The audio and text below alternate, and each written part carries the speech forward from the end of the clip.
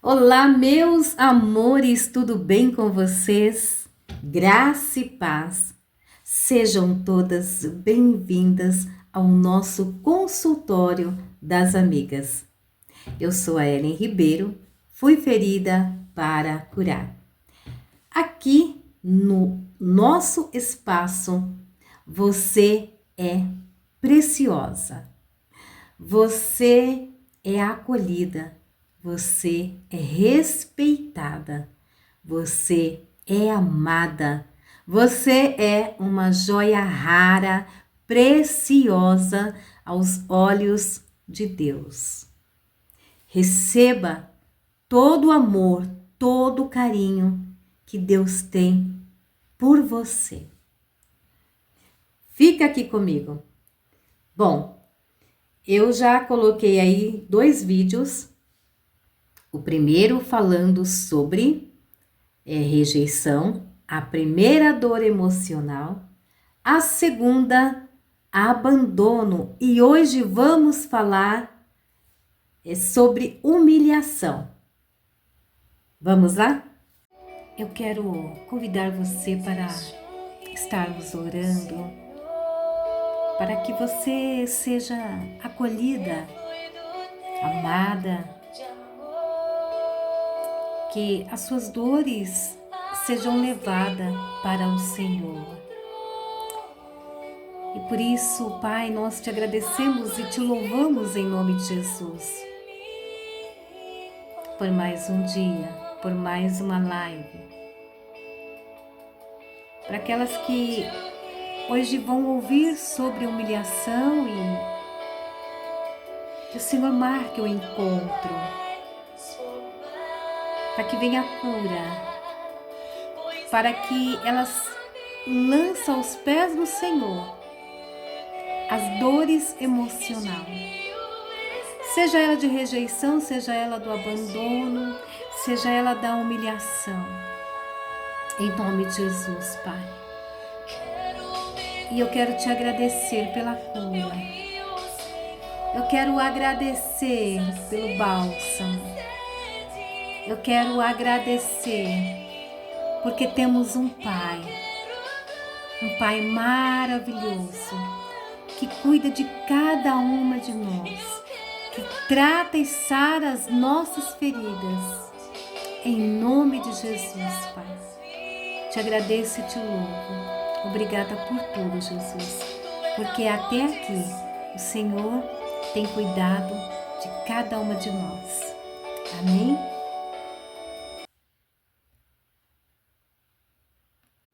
Então vamos começar?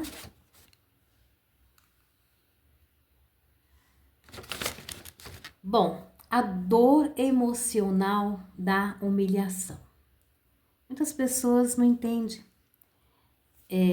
onde começa a humilhação, de onde vem, o que é humilhação. Humilhação é quando alguém é envergonhado, exposto, sabe, ou diminuído diante de si mesmo ou dos outros. Essa dor fere a identidade e a autoestima, deixando marcas profundas que acompanham a pessoa em várias fases da vida. Eu gosto muito de falar sobre a infância. É a raiz que eu gosto de estudar, porque é lá que tudo começa. Na infância, a humilhação muitas vezes acontece de forma inocente, gente, mas deixa cicatrizes profundas. Um exemplo, a criança vai para o cantinho, sabe, um cantinho ali escondido, debaixo da mesa, ou no sofá, né? Tentando fazer suas necessidades. Os pais ou avós, em tom de brincadeira, expõem a situação. Olha lá, já sei o que você vai fazer, o que você está fazendo. Para o adulto é engraçado, mas para a criança é um momento de vergonha, de exposição do que ela está fazendo. Um outro exemplo que nós podemos ver também é quando o irmão, a irmãzinha é considerado mais inteligente e ainda vira e fala assim, você é burro, tá vendo? Você não é igual ao seu irmão. Ridicularizar a criança, sabe, perto das visitas, aqueles apelidos que muitos pais colocam, e eu vou dar um exemplo aqui. Pais ou mães, nossa, você parece uma bruxa. Olha o cabelo. Cabelo, sabe, fuá, né? O cabelo feio. Você podia ter um cabelo melhor. E a criança vai ouvindo. Pais, mães, grita com as crianças dentro do mercado, quando vai à feira, leva para a escola, sai gritando, sai xingando, sai puxando, né, pela orelha, puxando pelos cabelos, falando palavrão. E a criança não sabe o que fazer. Tudo isso é a porta da humilhação.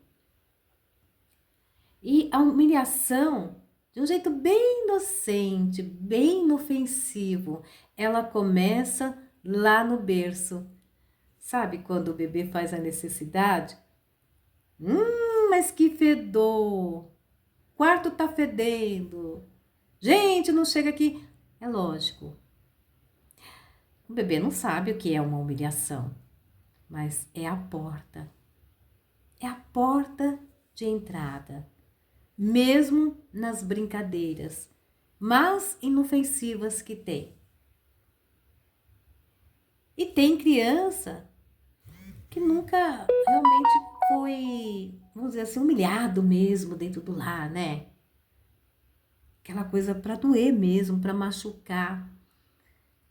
Mas às vezes é humilhado por um parente. Pela avó, pelo avô, tio. Porque quando a criança começa a ser humilhada pela sociedade, mas antes veio de casa, porque é lá que tudo começa. E a gente vai percebendo que a vida da criança vai sendo uma vida marcada desde o berço. E chegamos então à adolescência. E o que acontece na adolescência?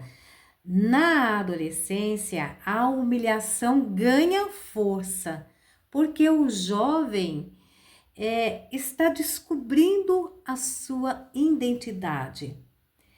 Ser exposto na escola como, sabe, aquela pessoa que erra uma resposta e os colegas começam a zombar, rir, ser ridicularizado pelo corpo, roupas ou forma de falar. Pais que comparam, sabe, menosprezam a conquistas, dizendo isso não é nada demais, não fez mais do que obrigação. A vergonha nesse período pode gerar isolamento, timidez extrema ou até mesmo revolta, sabe? Então são histórias que vão marcando a vida da pessoa, na infância e na adolescência e na fase adulta. Como vamos ver a história sendo repetida, sendo marcada de alguma maneira. Na fase adulta, na vida adulta, a humilhação aparece de diversas formas. Uma delas começa no casamento, quando um cônjuge diminui o outro em público, né? Grita, xinga, fala palavrão. A gente vê tantas brigas de casais, né? No trabalho, quando o chefe corrige ou ridiculariza diante de todos, chamando a atenção, nas amizades, quando os segredos são expostos, e na rede social, onde erros ou fraquezas viram o quê? Piadas.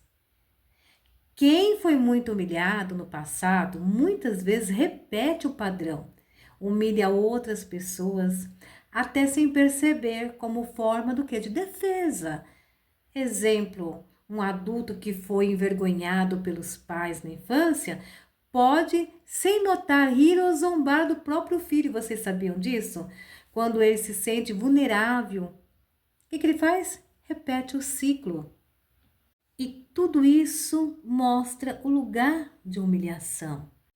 Eu estava lembrando quando fazia curso de cura interior e algumas mulheres choravam ao lembrar da infância e da adolescência, quando elas ganhavam roupas, sapatos, dos vizinhos, dos parentes, ao sair na rua, tinha aquele comentário: ah, é de fulano, é de cicrano.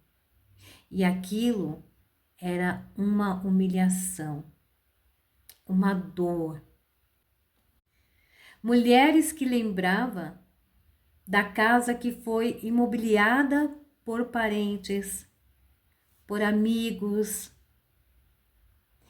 e chegava alguém e dizia: eu me sinto como se estivesse dentro da minha própria casa, porque tudo que está aqui veio da minha casa. São palavras que não vêm por maldade, mas que ferem muito, que magoa. São marcas de humilhação que diminuem a dignidade dessas mulheres. E eu trouxe aqui também alguns exemplos bíblicos.